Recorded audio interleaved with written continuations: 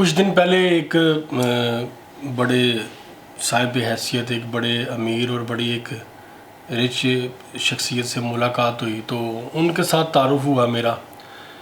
تو تعارف کے دوران گفتگو شروع ہوئی تو انہوں نے ایک بڑا ایک طنزیہ انداز میں مجھ سے ایک بات کہی. مجھے کہنے لگے جی کہ یہ جادو اور جنات کے معاملات یہ غریبوں کے ساتھ یا مڈل کلاس کے ساتھ کیوں ہوتے ہیں، ہم ایلیٹ کلاس کے ساتھ ایسا معاملہ کیوں نہیں ہوتا، ہمارے سے اوپر جادو کیوں نہیں ہوتا یا ہم پہ جنات کیوں نہیں آتے. اچھا، میں اس شخصیت کو جتنا جانتا ہوں وہ بڑے شریف آدمی ہیں، زنا شراب یا اس طرح کی کوئی ان میں کوئی نہیں ہے چیز، اور لوگوں غریبوں کی بڑی مدد کرنے والے ہیں، بڑے درد دل رکھنے والے انسان ہیں، اچھی شخصیت ہے، خوف خدا ہے ان کو، اللہ کے قریب ہے.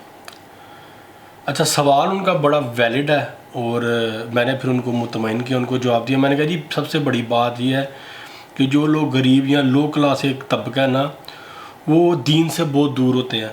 جس انسان کے لیے 2 وقت کی روٹی پوری کرنا مشکل ہے، جس کو ہر وقت 2 وقت کی روٹی پوری کرنے کی ٹینشن رہتی ہے، وہ دین پہ کیا ریسرچ کرے گا، وہ دین کے بارے میں کیا سوچے گا، یا اس کو کہاں سے کوئی دین کی یا معاشرے کی یا اپنی امپروومنٹ کی کوئی سوچ آئے گی.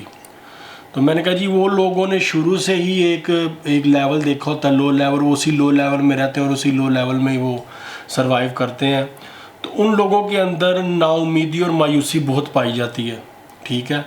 اور یہ اصل جو اس کی وجہ وہی بیسیکلی وہی جہالت، جو میں نے کہا آپ دین سے دوری، جو میں آپ کو بتا چکا ہوں. میں یہ لفظ کہنا نہیں چاہتا تھا کسی کی دل آزاری نہ ہو، لیکن وہ مایوسی اور نا امیدی جو ہے وہ ان کے اوپر بہت زیادہ حاوی ہوتی ہے، ٹھیک ہے.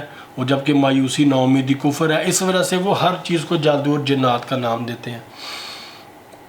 تو یہ وجہ ہے. جب کہ میرے پاس تو ہر طرح کی سوسائٹی آتی ہے، ہر طرح کے لوگ آتے ہیں.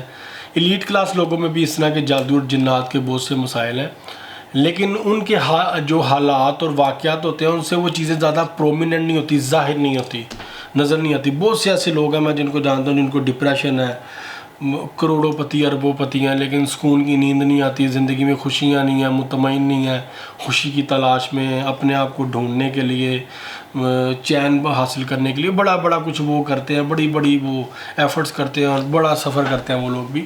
تو ایسا نہیں ہے کہ جو ہے ایلیٹ کلاس اس میں مسائل نہیں ہیں. میں اس طرح کے کیس ڈیل کر چکا ہوں جن میں بڑی شخصیات، بڑی پاکستان کے بڑے نام، جن کا ایک ورلڈ میں ایک نام ہے. میں ایسے لوگوں کو جانتا ہوں، میں نام نہیں لوں گا.